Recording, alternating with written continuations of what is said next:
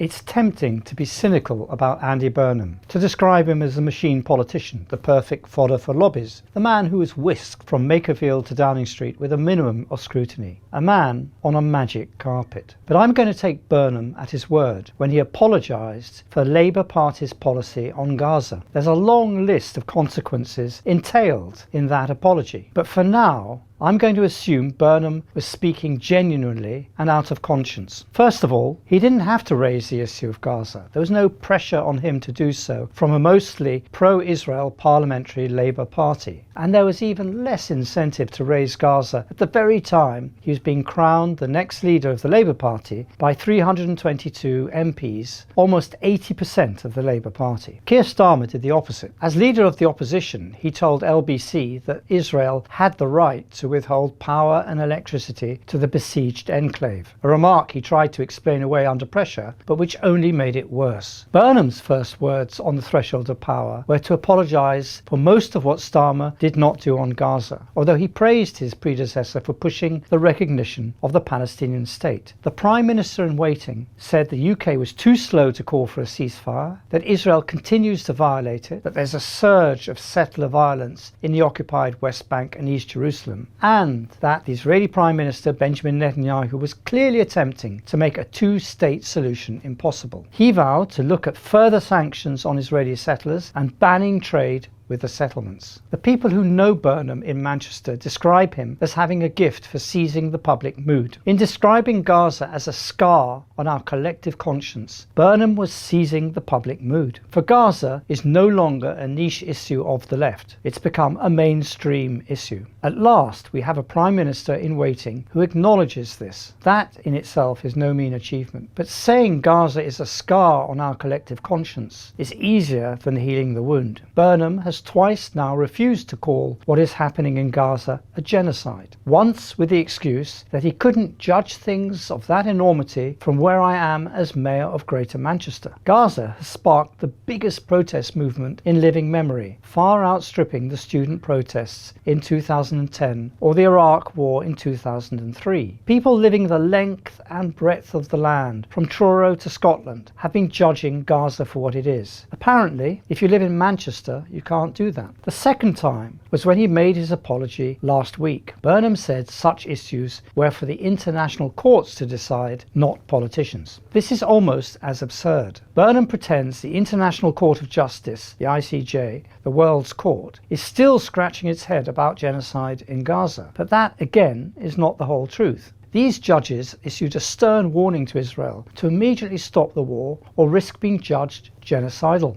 That was over 2 years ago, when Israeli troops were entering Rafah. Many tens of thousands of Palestinians in Gaza have since been killed. Children have been deliberately targeted by snipers. Incubators with newborns inside have been switched off. Palestinians in Gaza are dying from diseases like renal failure and cancer because of Israel's refusal to let them leave the besieged strip and reach hospital. The whole of Gaza is in a continuous state of genocide. Refusing to acknowledge this is as bad, if not worse, than Starmer's refusal to call for a ceasefire at the start of this campaign, which Burnham specifically criticised. This is not a matter of opinion. The UK has a legal duty to uphold the ICJ's findings. Israel has defied the ICJ repeatedly and made it absolutely clear that whatever the outcome of the ceasefire with Hamas, it intends to engineer large-scale ethnic cleansing, or as its Defence Minister Israel Katz puts it, voluntary migration. The UK's response under Starmer was to arm Israel to continue its bombing. He sent over 500 surveillance flights over Gaza, whose intelligence was shared with Israel. Each and every action the UK took was in breach of its obligations under the international humanitarian law, international human rights law, the Genocide Convention, and customary international law. The UK's obligations are not a la carte dishes from which a Prime Minister can pick and choose. Continuing settlement expansion, annexation, apartheid, persecution and mass displacement all expose the UK to allegations of complicity in internationally wrongful acts for which it too could be prosecuted. Remedying this would require a swathe of actions for which neither Burnham nor British industry nor its workforce are remotely prepared.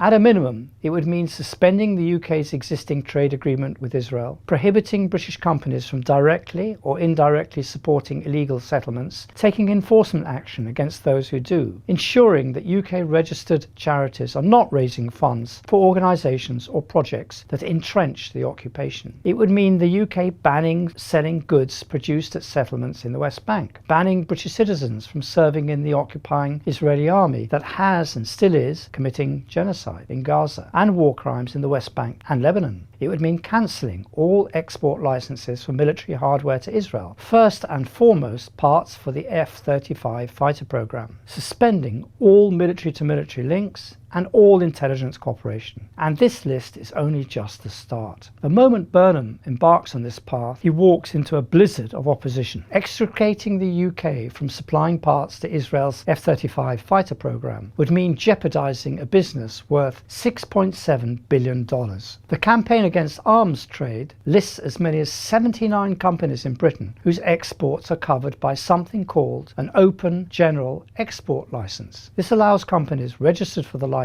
to export unlimited quantities of equipment to the relevant countries so long as it's for the F-35, without the need for individual licenses. The former Foreign Secretary David Lammy's suspension of a small number of export licenses was in fact smoke and mirrors. It evaded the core of the arms trade, which was hidden by this open general export licence. Is Burnham going to end this deceit by suspending all export arms licenses to a country openly practising ethnic cleansing? And there's another issue much closer to home for Burnham to tackle. More people have been charged with terrorism offences in the weeks since Palestine Action was banned at the beginning of July last year and during the entire war on terror dating back to September 2001. Thousands of people have been arrested under the Terrorism Act since its proscription, and more than 700 of them charged. The average profile of a British terrorist, someone who could face years in prison, is in fact a woman with an average age of 57. This has become a national disgrace. The Palestine Action scandal was a Labour Party creation, and Labour now has to stop it. It should be deproscribed and all sentences associated with it squashed. Otherwise, Burnham will have people in court every day from now until the election,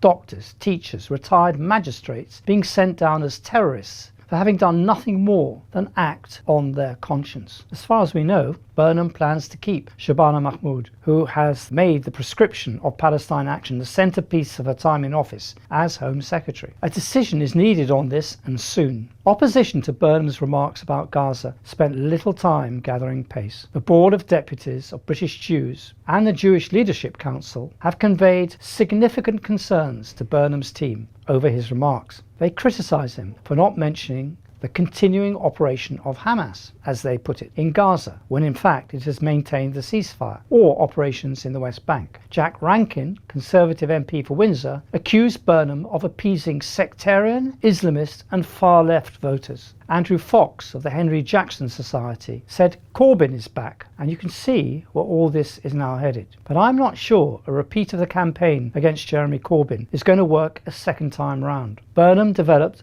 a good working relationship with the Manchester Jewish community as mayor. Public opinion in Britain has hardened. Anyone with a mobile phone can see for themselves what is happening in Gaza and the occupied territories. The suffering is so stark in Gaza it defies even Israel's ability to cover it up, still less to brand coverage of it as a blood libel against Jews. But cast all notions of morality aside. We've now had 2 by-elections in Greater Manchester. The first one was one which Labour would easily have won, but didn't because Burnham was barred from standing by a Starmer-controlled National Executive Committee. Unlike Makerfield, the Reform candidate in the Gorton and Denton by-election was strong, and the Labour vote collapsed to Hannah Spencer in the Greens' first ever Westminster by-election victory. Starmer thought he could defy public opinion on Gaza. Every Labour MP knew that the vote in the recent local council elections was a vote against Starmer personally. To this day, Starmer still does not know why. And in response to Burnham's apology over Gaza, the outgoing Premier said, "Words have consequences." Burnham is not going to repeat these mistakes.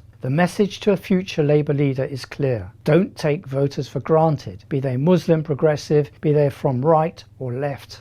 Otherwise, they will walk away from Labour forever and usher in a new era of British politics dominated by the far right.